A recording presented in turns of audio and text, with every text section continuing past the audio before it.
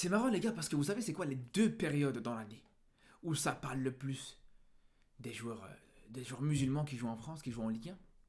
C'est pas pendant les périodes de mercato. C'est pas quand t'as certains joueurs musulmans en France qui vont performer. Non les gars, pas du tout. Pas du tout. On parle de la France encore une fois.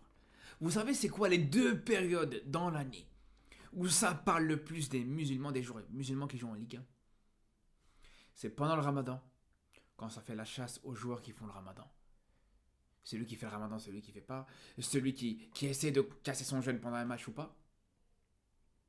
Et le deuxième jour, dans l'année où ça va surveiller le plus les joueurs musulmans, c'est le jour de la lutte contre l'homophobie, où tous les joueurs doivent porter un drapeau arc-en-ciel, enfin en tout cas un brassard arc-en-ciel, des fois c'est des numéros arc-en-ciel, peu importe. Mais c'est là où les joueurs musulmans sont le plus suivis, les gars. Mais encore à la limite, pendant le Ramadan, c'est normal que voilà, les yeux sont sur les joueurs musulmans, vu que par définition, c'est une fête musulmane. Le Ramadan, c'est pas vraiment une fête, mais bon, c'est compris, les gars. C'est un événement qui est musulman, même si c'est vrai que quand on voit, comme par exemple cette année aussi, le Ramadan s'est passé en même temps que le carême, donc j'ai du mal à comprendre pourquoi il n'y a que les musulmans qui ont été ciblés. Mais bref. Par contre, moi je me pose la question, les gars. Pourquoi dans ce genre de journée de la lutte contre l'homophobie, on pointe à chaque fois du doigt que les joueurs musulmans. On surveille encore une fois que les joueurs musulmans. Je comprends pas. Là, franchement, c'est là où j'ai du mal à comprendre. Parce que c'est vrai qu'il y a des joueurs qui refusent de jouer pour ce match-là, et ça revient encore une fois cette année, c'est avec le cas de Mostafa Mohamed, ça a été le cas avec Abou Khlal sur les années précédentes. Chaque fois, c'est un joueur différent qui est concerné par cette situation-là. Mais bref. Moi, je me pose la question, les gars. Genre, il n'y a que les joueurs musulmans qui sont concernés par ça. Il n'y a que des joueurs musulmans qui veulent pas, qui refusent de jouer justement ce jour-là, qui refusent de porter le symbole LGBT, le symbole arc-en-ciel, etc. Non, les gars, pas du tout. C'est le cas pour énormément d'autres joueurs différents. Des joueurs qui n'ont rien à voir avec l'islam, qui n'ont rien à voir avec les musulmans. Mais personne n'entend parler. Un joueur, par exemple, un non-musulman, mais qui va pas jouer pour ce match-là, pour éviter de porter le drapeau arc-en-ciel, ça va passer inaperçu. Personne va se demander, ah ouais, peut-être qu'il fait exprès de pas jouer, peut-être que... Non. Alors que quand tu t'appelles Mostafa Mohamed, et que tu dis, ouais, je me sens pas bien, je vais sûrement pas jouer ce match, ah, directement, regardez cette personne qui manque de respect à la France, qui manque de respect à la communauté arc-en-ciel et tout ça. Les gars, voilà, il est là le problème. Alors qu'en soi, le mec, il reste dans son coin. Il a rien dit de mal. C'est pas comme si, voilà, le mec dit publiquement, voilà, j'ai quelque chose contre ces personnes-là, j'ai quelque chose contre... Non, il reste dans son coin, il dit, je vais pas jouer, je vais me mettre en retrait pour ce match-là, comme ça, voilà, il n'y a pas de problème, chacun reste dans son coin. Et encore une fois, les gars, qu'on soit d'accord ou pas avec lui, c'est sa liberté. On est dans le pays, soi-disant, parce qu'aujourd'hui, est-ce que c'est le cas? Je pense pas, mais on est soi-disant dans le pays de la liberté d'expression. La liberté d'expression, mais on voit absolument aucune liberté, les frères. Quand aujourd'hui, on voit à chaque ramadan, les joueurs musulmans qui sont surveillés, est-ce qu'ils font le ramadan ou pas? Quand à chaque journée de la lutte contre l'homophobie, on voit est-ce qu'ils portent le maillot LGBT ou pas? Je suis désolé, les frères. Il n'y a aucune liberté d'expression là-dessus.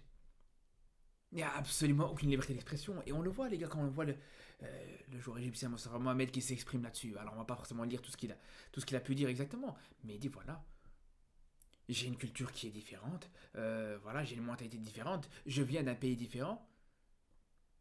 Mais ça m'empêche pas de respecter la culture de chacun. Sans pour autant porter le symbole de cette culture-là. Ou porter le symbole des symboles divers et variés. C'est ça le problème, les gars. C'est ça qu'il y en a qui veulent pas intégrer une fois pour toutes. Tu peux ne rien avoir contre tout type de personnes. Tu peux rien avoir contre les personnes LGBT par exemple.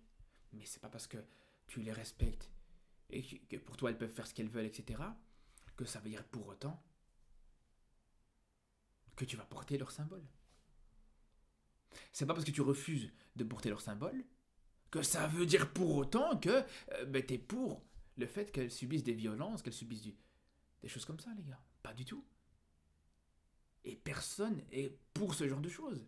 Enfin, personne. Bien sûr, il y en a, c'est clair. Là, pour le coup, on parle d'un joueur comme Mostafa Mohamed qui dit mot pour mot, les gars. Il dit c'est un choix personnel, donc de ne pas jouer ce match et de ne pas porter ce symbole LGBT. Et il dit ça exprime en aucun cas un rejet ni un jugement de ces personnes-là. Donc pour moi, dès cet instant-là, on devrait le laisser tranquille, les gars. Dès ce moment-là, on devrait le laisser tranquille. C'est pas comme s'il avait joué ce match mais qu'il avait refusé de porter le maillot LGBT. C'est pas comme si il avait joué ce match et que... Non, les gars. Il se met en retrait. Donc c'est lui qui se pénalise. Il se pénalise lui. Il pénalise son équipe en se mettant en retrait par rapport à ça. Et ça le met en lumière. Est-ce que franchement, je vous pose la question, les gars, même pour la cause, même pour cette cause de la lutte contre les discriminations et tout ça, est-ce que c'est franchement positif de pointer du doigt un joueur comme Mostafa Mohamed qui fait comme seule chose, les gars, la seule chose qu'il fait, c'est qu'il se met juste en retrait dans cette situation-là. Est-ce que ça va être intéressant de s'attarder sur ça, les gars? En aucun cas, ça va être intéressant. Le but, c'est de parler de la cause en elle-même, parler de la situation en elle-même, parler des violences en eux-mêmes.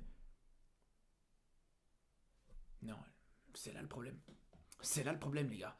C'est qu'on parle d'une initiative qui est censée être positive, les gars. C'est une initiative qui est censée être bienveillante. Tu parles d'une initiative qui est tout simplement la lutte contre les discriminations. Mais là, t'es juste en train de faire la discrimination, c'est justement ce que t'es en train de faire, là. Quand tu pointes du doigt Mostafa Mohamed, qui a une culture différente, qui se met en retrait par rapport à cette situation-là, qui ne va pas forcément porter le maillot LGBT ou qui ne va pas forcément porter un drapeau LGBT, ben voilà, c'est qu'il a juste un point de vue qui est différent, qu'on respecte ou on ne respecte pas, qu'on soit d'accord ou pas, que justement, il faut juste respecter. C'est son point de vue, il a manqué de respect à personne en faisant ça, les gars. Mais justement, c'est la lutte contre la discrimination, mais t'es en train de discriminer un joueur. C'est quoi discriminer, les gars? Discriminer, ça veut dire tout simplement pointer du doigt quelqu'un. Parce qu'il a une culture différente, parce qu'il a des origines différentes, ou peu importe. Mais c'est ce que t'es en train de faire. C'est littéralement ce que t'es en train de faire, les gars. T'es en train de pointer du doigt Mostafa Mohamed qui a des opinions différentes par rapport à cette situation-là. Encore une fois, que tu sois d'accord ou pas avec ça, tu vas juste respecter. C'est tout. C'est juste ça, les gars. Il a manqué de respect à personne, donc pourquoi tu vas lui manquer de respect? Pourquoi tu vas le pointer du doigt? Je comprends pas. Surtout que, encore une fois, on revient sur un exemple. C'est que, imaginons les frères s'il y avait eu une journée de lutte contre l'islamophobie.